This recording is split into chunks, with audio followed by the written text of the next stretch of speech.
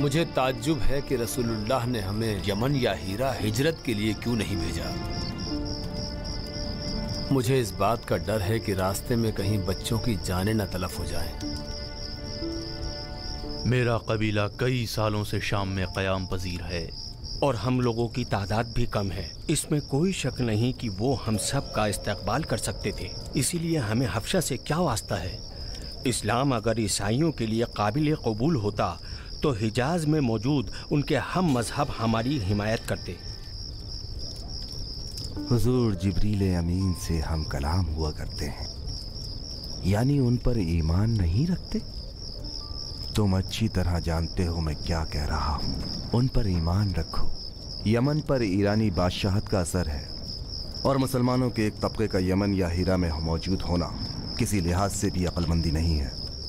ये भी बता दूं कि शामी हमारे हक में किसी किस्म के जुल्म से तरीक़ नहीं करेंगे। हाँ ठीक कहते हो, हमने एक साथ बड़ा लंबा और मुश्किल सफर तय किया है। हाँ हाँ तुम सच कहते हो। ये क्या है? ये कैसी बेएहतियाती है? क्या हुआ? वो क्या है? अरे मेरी बात सुनो, सुनो मेरी बात, सुनो मेरी बात। वो क्या है? मक्के वालों का रहनुमा हमारा पीछा कर रहा है। फुज़ैल के खेमों में जाओ और कह दो कि आग बुझा दें। ठीक है।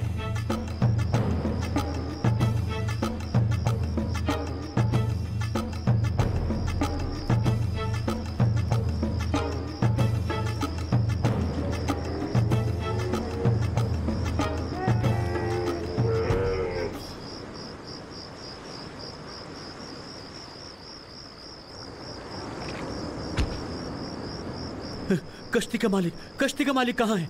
कहाँ है वो? तुम्हें कश्ती के मालिक से क्या काम है? हमें हबशा जाना है। भगोड़े गुलामों। भगोड़े?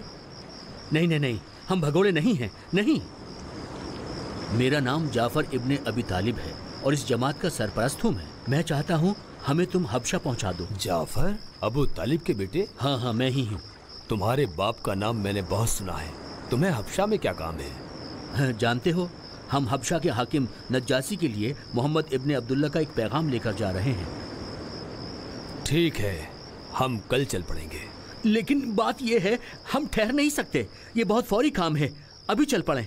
आपसे इल्तिजा करता हूँ, मैं इल्तिजा करता हूँ आपसे, मैं गुजारिश करता हूँ आपसे, आप मेरी बात माने।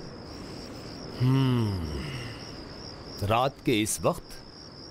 तुम्हें पता है कश्ती को आमादा करने में कितना वक्त लगता है? तुम्हें कल तक सब्र करना पड़ेगा। आपसे गुजारिश है, खुदा के वास्ते हम पर रहम करें। और हाँ, 4 आदमी का किराया 1 दीनार होगा। मैं हर 2 लोगों पर 1 दीनार देने को तैयार हूँ, बशर्ते कि इसी वक्त रवाना हो जाओ।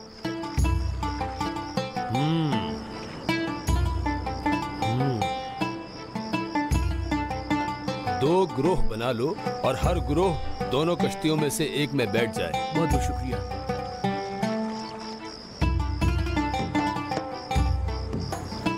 उठो उठो उठो, आज रात को ही चल पड़ेंगे। अरे उठो भाई, तुम लोग सब उठो, जल्दी करो, जल्दी उठो उठो उठो। अरे भाई उठो और कश्तियों को तैयार करो, हम अभी हबशा के लिए रवाना हो रहे हैं।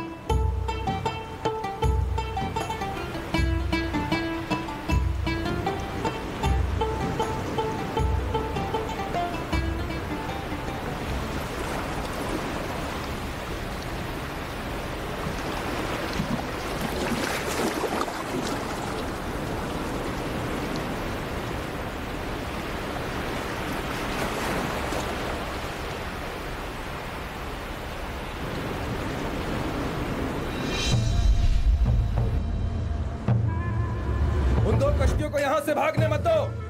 नहीं, नहीं। हैं? ये कैसी आवाज थी?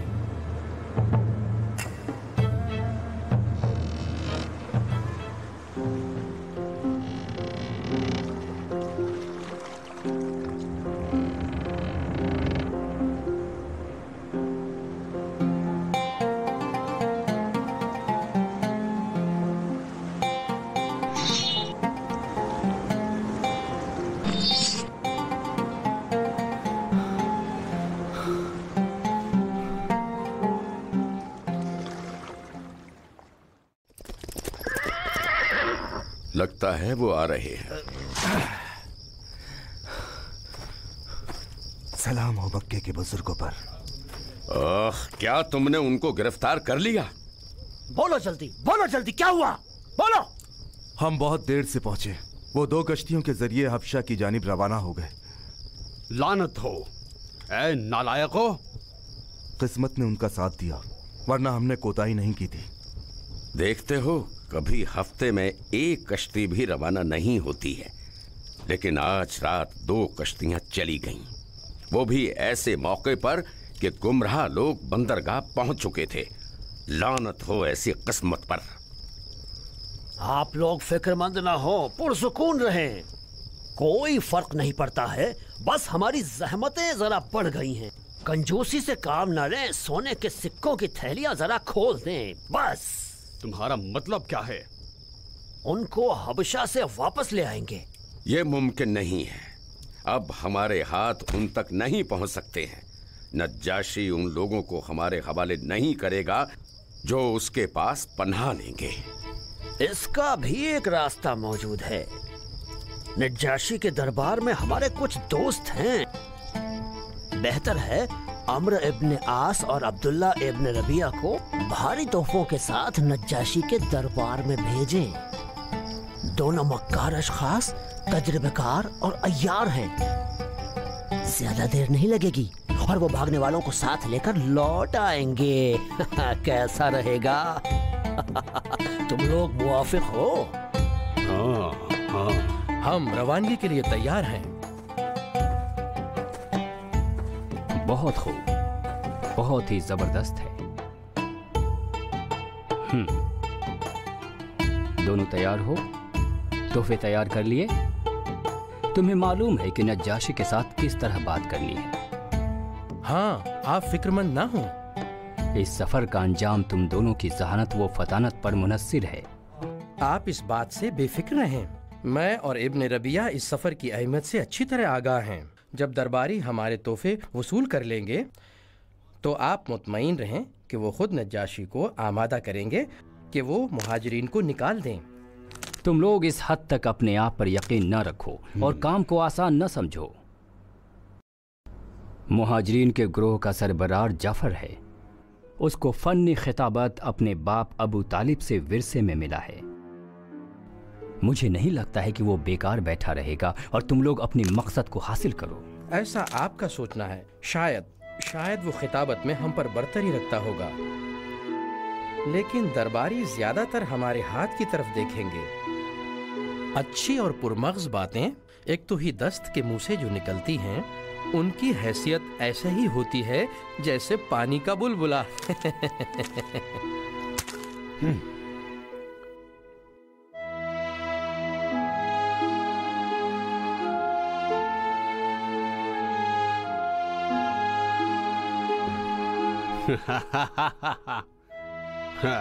किसी को क्या पता, शायद अमरा सही कह रहा है।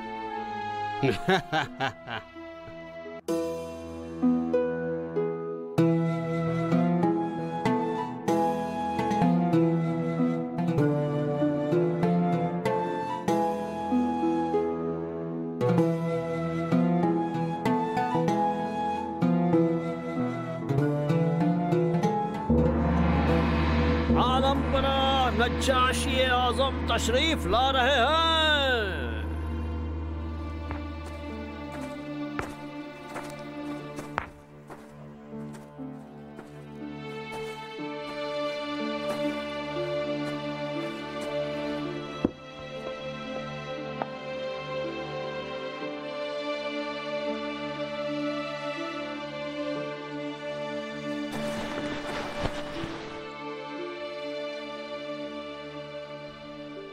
हम आपकी शान और शौकत के सामने सरे तस्लीम खम करते हैं।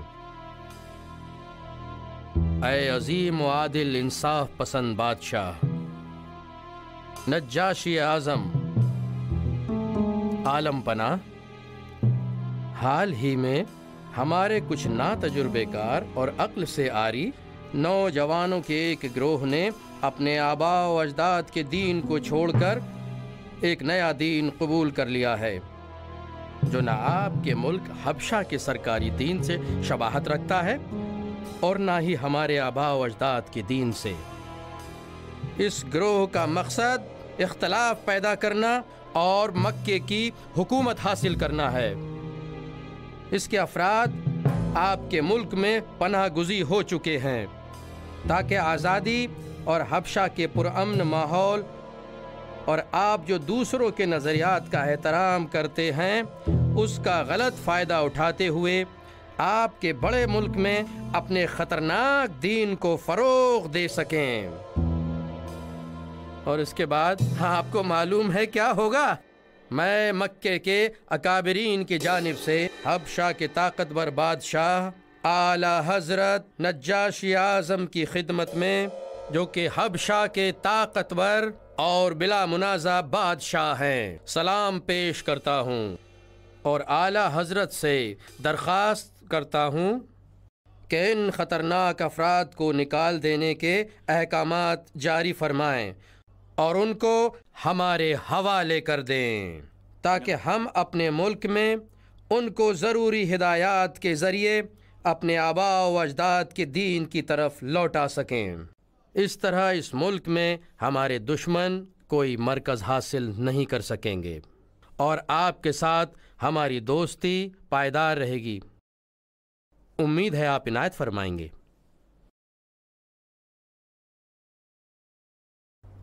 आलम पनाह, मक्के के साथ हमेशा हमारे अच्छे तिजारती ताल्लुकात रहे हैं।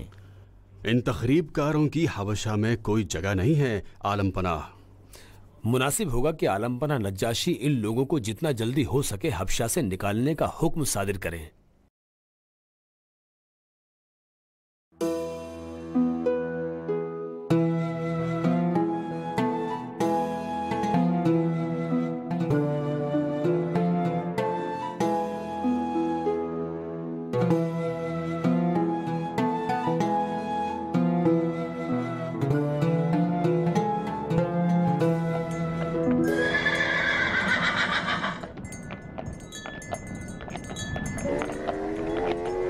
आपके ख्याल में हमारा अंजाम क्या होगा जाफर?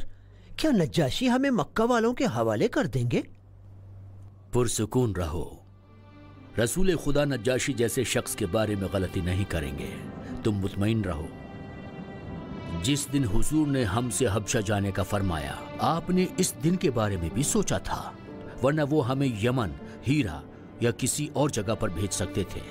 तुम अपने आप पर खौफदारी होने न दो, खुदा पर तवक्कुल करो, खुदा पर तवक्कुल करो।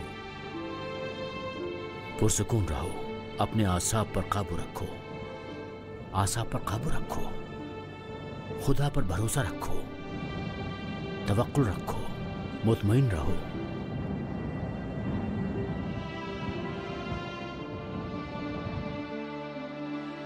जैसा कि मुझे मालूम हुआ है, मजबूर लोगों का एक गिरोह मेरे मुल्क में पनाह लेने आया है, जो तुम्हारी नज़र में मुट्ठी भर शोरीसी और अफरा तफरी फैलाने वाले अनासिर हैं।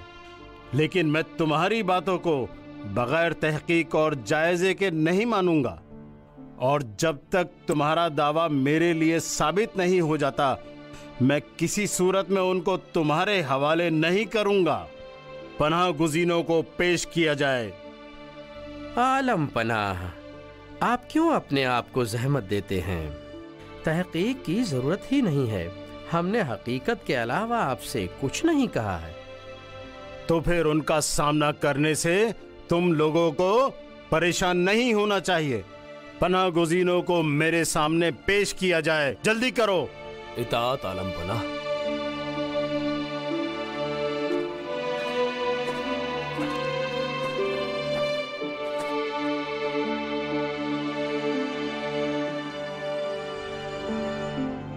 लानत हो शून्य किस्मत पर।